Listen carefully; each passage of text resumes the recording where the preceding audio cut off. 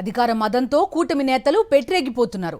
చేపల చెరువు తవ్వకాల పేరిట మట్టిని అక్రమంగా తవ్వేస్తున్నారు.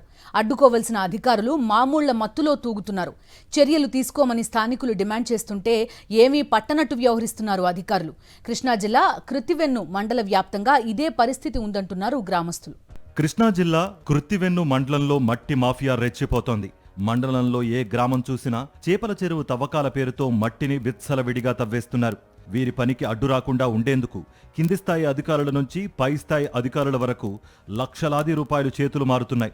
రాత్రి పగలు తేడా లేకుండా యథేచ్ఛగా మట్టిని తవ్వేస్తున్నారు.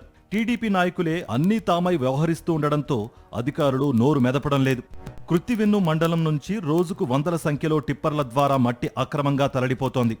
ఒక్కో టిప్పర్ మట్టిని 16,000 రూపాయలకు అమ్మేసుకుంటూ సొమ్ము చేసుకుంటున్నారు. కృష్ణా జిల్లాకు పక్కనే ఉన్న పశ్చిమ గోదావరి జిల్లా భీమవరానికి ఇక్కడి నుంచే మట్టిని తరలిస్తున్నారని కలెక్టరేట్లో ఫిర్యాదులు చేసిన చర్యలు తీసుకోవడం లేదని స్థానికులు వాపోతున్నారు. పొద్దు నుంచి రోజుకి 40 టిప్పర్లు టాటలతో మా ఊరు నుంచి ఇసుక రవాణా చేస్తున్నారండి. ఇక్కడ స్పందనకి అర్జీ ఇచ్చుకుంటాకి వచ్చానండి సార్.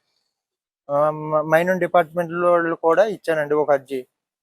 వాళ్ళేమో మన బుధవారం నాడు ఇస్తే 18వ తారీఖున ఇప్పుడు దాకా పట్టించుకోలేదు సార్. వస్తాం అంటున్నారే కానీ రాలేకపోతున్నారు సార్ వాళ్ళు.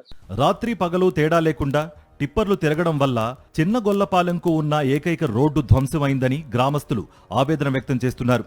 దుమ్ము ధూళి కారణంగా పంట పొలాలు సైతం దెబ్బతింటున్నాయని వారు వాపోతున్నారు.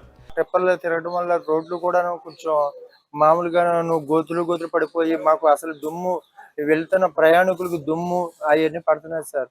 దుమ్ము పడేటప్పటికి స్థానిక నాయకులు కూడా చెప్పాం, వాళ్ళు ఏం పట్టించుకోలేదు సార్. పట్టించుకోకపోతే మేము కలెక్టర్ గారికి వచ్చి ఫిర్యాదు చేసుకున్నాం సార్, అర్జీ ఇచ్చుకున్నాం సార్. ఇప్పటికైనా అధికారులు స్పందించి మట్టి మాఫియాపై చర్యలు తీసుకోవాలని ప్రజలు కోరుతున్నారు.